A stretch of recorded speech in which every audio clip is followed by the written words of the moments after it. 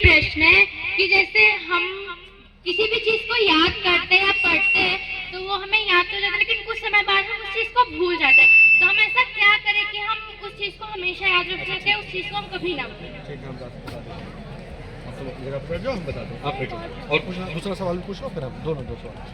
हमारा दूसरा प्रश्न ये है कि जैसे कोई टीचर बहुत सारे सब्जेक्ट्स नहीं पढ़ा सकते, तो हम बच्चे जैसे बहुत सारे सब्जेक्ट को तैयार तो करते हैं, याद भी कर लेते हैं, लेकिन कहीं ना कुछ कमी या कुछ ना कुछ चूक रह जाते, तो हम ऐसा क्या करें जिससे वो चूक ना रह जाए, वो कमी ना रह जाए।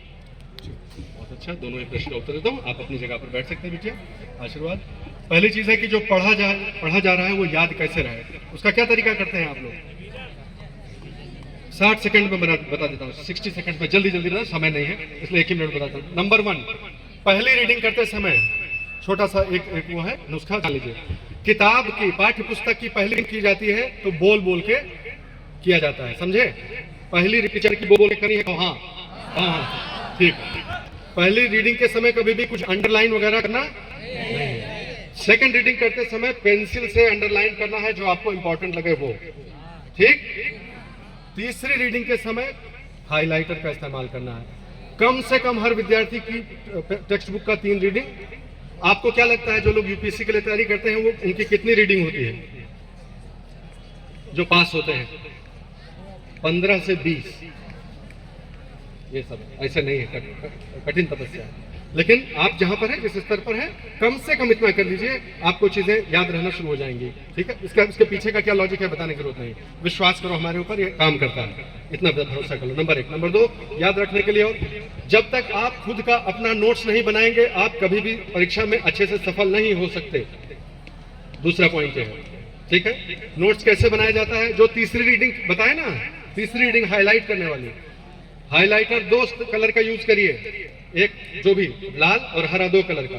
जो कॉन्सेप्ट है उसको एक कलर में और जो इंफॉर्मेशन है उसको दूसरे कलर में हाईलाइट करो, ताकि जब एग्जाम नजदीक आवे तो तुम्हें मालूम है कि कॉन्सेप्ट तो हमारा समझा हुआ ही है, बस लाल वाला देख लो फटाफट, यही भूल जाता है बार बार। अरे इसका बहुत टेक्निकल है, किसी दिन क्लासरूम में करेंगे, लेकिन अभी इतना जान लो।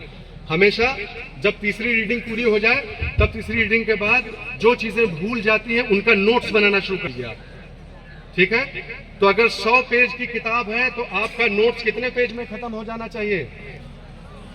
अगर 100 पेज की किताब का नोट्स बना रहे हैं तो आपका नोट्स कितने पेज का होना चाहिए? गेस। 10। नोट्स का 1/10 हो जाए तो बहुत अच्छा, ना हो पाए तो 1/5। 20 पेज से ज्यादा नोट्स नहीं हो, ऐसा बनाओ ना। तो कैसे बनाते हैं वो? नोट्स बनाते समय कभी भी वाक्य लिखना, ठीक, पॉइंट्स खाली लिखा, चार्ट बनाया, उसे हम करके दिखा देंगे बाद में किसी लेक्चर में दिखा देंगे। दूसरी बात, पहला 3 रीडिंग, दूसरा नोट्स अपने खुद के बनाने चाहिए। किसी दूसरे टॉपर का नोट्स पढ़ के कभी कोई सफल, याद रखना इस चीज को भूलना मत। क्यों ऐसा क्यों? क्योंकि टॉपर ने भी तो उसमें वही लिखा है जो उसे याद नहीं रहता था, लेकिन वो टॉपर किसकी वजह से बना है? जो बाकी का 70-80% उसके दिमाग में है, वो थोड़े नोट्स में है, तो उससे कैसे पास होइएगा? आपको लगेगा यही पढ़ लेना, नहीं। So notes have to be sui generis, they have to be yours, they cannot be copied or borrowed from somebody else. वो आपका अपना होना चाहिए नोट्स हमेशा।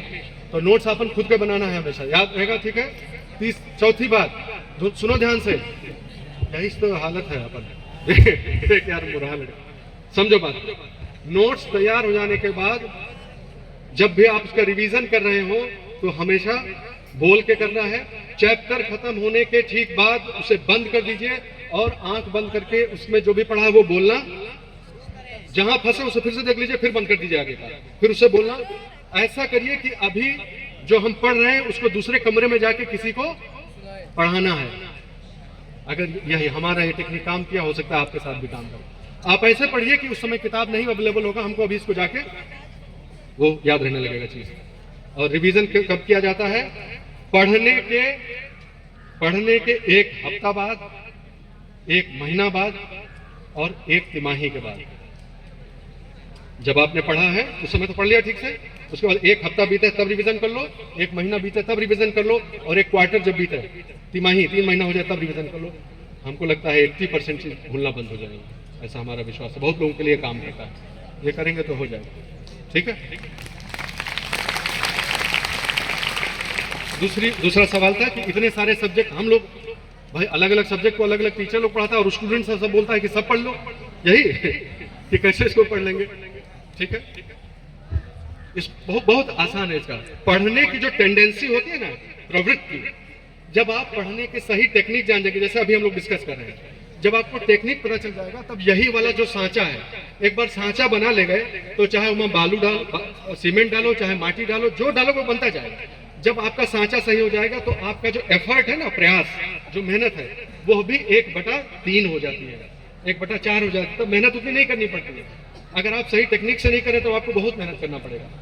आपकी टेक्निक सही होगा तो आपका समय और ऊर्जा बच जाएंगे और फिर आप मल्टीपल सब्जेक्ट को कवर करने लगेंगे, फिर आपको दिक्कत नहीं होगी, क्योंकि आपके दिमाग में खांचा बना हुआ है, इसको यहाँ बैठाना है, इसको यहाँ बैठाना है, फिर आपका आसान होता जाएगा रास्ता। फिर मल्टीपल सब्जेक्ट से न बचिए। ये तो हो गया एकेडमिक्स के लिए। जो लास्ट एडवाइस है, ध्यान से सुनिएगा, जब तक आप कॉलेज डेज में हैं तब तक सभी सब्जेक्ट्स पर बराबर मेहनत करने का कोशिश कीजिए। जब आप प्रतियोगी परीक्षाओं के लिए जाएंगे, अब ये है असली टिप, जब प्रतियोगी परीक्षाएं आने वाली हो और मान लो उसमें जनरल स्टडीज है, सामान्य अध्ययन, और उसमें 6 टॉपिक है, भूगोल, इतिहास, अर्थशास्त्र, राजनीति शास्त्र, करंट अफेयर्स, फलाना फलाना, ऐसे 6 है। उसमें आइडेंटिफाई करिए कि आपका कौन सा 2 स्ट्रॉन्ग एरिया है। ध्यान से सुन रहे हैं? जब प्रतियोगी परीक्षा में जाना था, कौन सा आपका 2 स्ट्रॉन्ग एरिया है, कौन सा 2 वीक एरिया है, और कौन सा 2 ऐसा है कि न ज्यादा पसंद है न ज्यादा उससे घृणा है, पढ़ेंगे तो कर ले जाएंगे। तो जो स्ट्रांग हो, अब यहां से गेम बदल रहा है। कॉलेज डेज में क्या होता है कि जो कमजोर होते हैं जिस विषय में, उसी का ट्यूशन लगाते हैं ना, जिसमें कमजोर होते हैं उसका ट्यूशन लगाते हैं। प्रतियोगी परीक्षाओं में ठीक उल्टा होता है, जिसमें आप मजबूत हैं, जिसमें अच्छे हैं, उसको इतना रगड़ दीजिए कि उसमें नंबर ही न कटने पावे। जिस 2 में आप मॉडरेट हैं कि हाँ मेहनत करेंगे तो कर ले जाएंगे, उसमें थोड़ा बहुत अच्छा कर लीजिए। और जिसमें एकदम गए गुजरे हैं कि चाहे हमें फांसी लगा दो ही पढ़ना पड़ेगा, उसमें बस पासिंग मार्क्स ले आइए। बस पासिंग मार्क्स कितना होता है? 33%।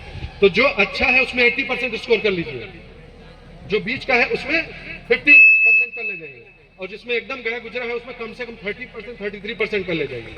इस तरह डिवीजन ऑफ लेबर करेंगे तो आप, तो कोई गणित का विद्यार्थी है जो बता सके कि इनका एवरेज परसेंटेज क्या आएगा?